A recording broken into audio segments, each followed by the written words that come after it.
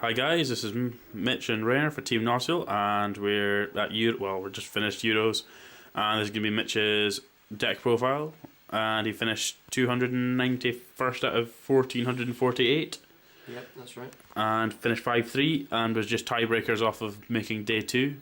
So let's have a look at his Firefist deck profile. Right, start with monsters. Right, Firefist deck, so 3 bears, no questions. Gorilla, 3, and 3 dragon, so that's all the Firefists. 3 of each. Some people might say it's too much. You definitely need 3 bears. 3 each of these. I like 3 each because when I side things out, I usually take out 1 each for other stuff, and that means I've still got these 2 that are good plays. But I mean, dragon's effect is awesome because I mean you get that. It's an instant plus with another fire formation card you play if you summon that first, and you just crazy plus. And Gorilla is occasionally the deck that you can get him out, kill a back row card, and there's a play with him as well with Horn of the Phantom Beast if you get his effect and Horn off as well. It's just crazy plus that you get. So those are all the fire formation monster cards that I use in the deck. Firefist. Firefist, sorry. We'll get into Fire Formation later. Fire formation later. Rest of the monsters, 3 Barbaros. Barbaros it's mainly as an out to skill drain decks, because the main weakness of this deck is that it relies extremely heavily on monster effects. So if your opponent uses skill drain as a main or that type of deck, then you're fine because you've got this, and you've got the Fire Formation Tenkin as well, which I'll show you later, which is a pretty nice little combo with that. Rest of the monsters, 2 cards and 2 Veilers. Veiler is a main. I mean, you get that in your opening hand first turn, you're laughing because you can typically just negate or stop your opponent doing anything. Car. Occasionally you can get quite bad hands with this deck. I mean, most of the days, these past 2 days, some of my matches that I lost because I didn't have enough monsters in my hand. I just kept opening up too many spells and traps. So car works well because it just can give you that extra plus to get you a possible monster. So 16 monsters. So 16 monsters in total. Spell cards next. Fire Formation first. 3 Tenki, 2 Tensu. 3 Tenki definitely search card of the deck. Awesome. Tensu, 2's enough I think. I think 3's too many, and you just any more than 1 in your hand typically and it's a dead draw. I mean, it's a good card, but you use that a fair bit, but 2 is more than enough in my opinion. 3 I think is way too many, and you need the space for other things. So that's the Fire Formation spell cards. 2 Lance.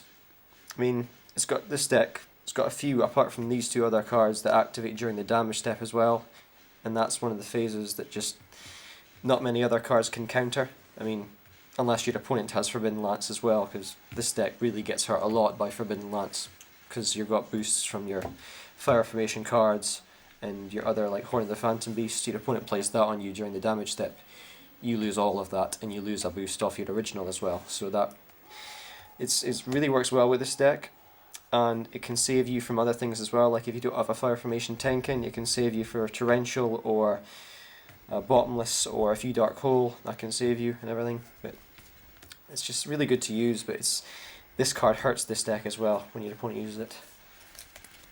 So the rest of them, 2 MSTs, Reborn, Heavy, Dark Hole, basic staples,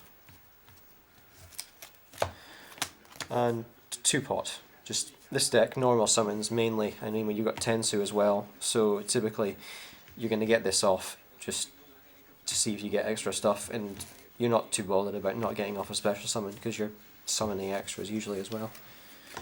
So that's it for the spells. Trap 14 cards. of them. 14. Trap cards. Fire Formations.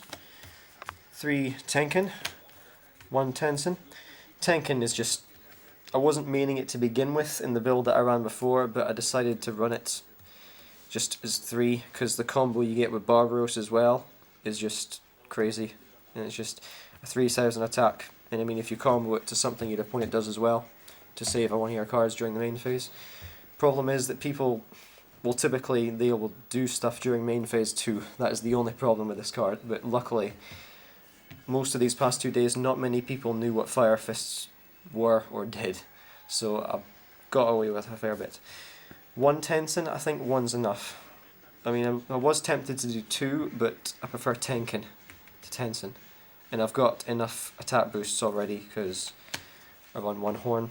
So between these 2 and Forbidden Lance, there's enough damage alteration during the damage step. And of course this card, awesome with Gorilla's effect as well, so that way you search and then you draw 1 as well. And that's 1000 boost, which is just brilliant. So that's over there. The rest of the traps. 2 Compulse, 2 Bottomless, a Mirror Force, Torrential, and Starlight. Compulse, it just works. I mean, just all this is basically just monster hate, and Starlight, of course. You really need Starlight. I mean, I was tempted to run 2, and I did try running 2, but it was just too often you would always get 2 of them, and your opponent just wouldn't really do anything to let you use it. And just, so 1 I think's enough with all your back row, but everything else is just monster hate, which worked really well. So 12 traps. 12 traps. So that's it for the main deck. So that's a 42 card deck total. Extra deck. Right. First, Chimera's Deck Fortress. A Cyber Dragon. So yeah, that's just obvious. Stardust for Starlight Road. 2 Tiger Kings. 2's enough. There wasn't really any situation where I could have gotten 3 out. I think 2 was the most that I ever really got out or could have gotten out, and 2 I think is enough. There's 3 just, I mean, I wouldn't have said no to a third because I had an extra space left in my extra deck, but I think 1's definitely not enough. You need at least 2 in your extra deck for Fire Fist, sorry. And then just basic usable ones, just Cowboy, Papillo Operative, Maestroke, Merageist, Abyss Dweller, so just 2 Utopias. I only really needed 1, but as I said, I had a spare place in my extra deck, so I just ran an extra Utopia just because I couldn't get hold of a Diamond Dire Wolflight thing. But I would have probably run, that would have been a Diamond Dire if I could have gone it, or maybe a 3rd Tiger King, but as it was, Utopia's fine. Utopia Ray, just in case you ever lose all of them and you want to get something useful. Pearl, just as an out to if anyone gets a 2/5 beat, like Stardust or another Utopia, or just anything annoying with 2/5. So that's rank 4s. Shotmaster, I think I got that out once in total, and it's always nice to get out because you've got Tensu, so you get an extra normal summon. I mean, typically you're going to want to go into Tiger King as opposed to this, but when you need this just as an extra out, it wasn't bad, and I used that once just to beat an Exodia deck, and just that basically won me the game. So. And Heliopolis, just because you run 3 Barbaros, so on the odd chance that your opponent does something like Fiendish Chains it, which that happened to me, you've got that, and you can just get another one, go into it, and you've just got something that can just tribute cards and just kill stuff on the field if you've got stuff that you need to just die. Which I was going to take out, but no, I'm glad I kept it in because I did use it and it did come in handy. So that's the extra deck. Side deck. King Tiger Wangu. I sided this in a few times. It would have worked in every single time I sided it, but every single case I didn't get it until late game, in which case it was basically pointless. So, just, I liked it, it was just bad luck with it basically. So, King Tiger. Cyber Dragon for machine matchups. First match I had was against a Gear, pure Gear more or less, so that was a good card for that. So that. Neko Main King, that's just for Insectors and Mermails, just Dark any, Worlds. and Dark Worlds as well, sorry. just anything that you just set it, your opponent kills it, Neko main king, their turn ends, they can't set anything or do anything else, and it just completely disrupts them. I didn't side it in once, but it just, yeah, I didn't really have the matchups. I went up against one Inzector, but I just... And no Mermail. Yeah, not once did I go up against a Mermail, but just an interesting little thing. Max C for wind-up builds, basically. Just one of the games I just got off crazy draws, so I just Max C'd as he was starting the wind-up combo. Drew into a Veiler and another Max C, so just awesome cards, so Max C, definitely. That's for the monsters. Next up, spells. Side.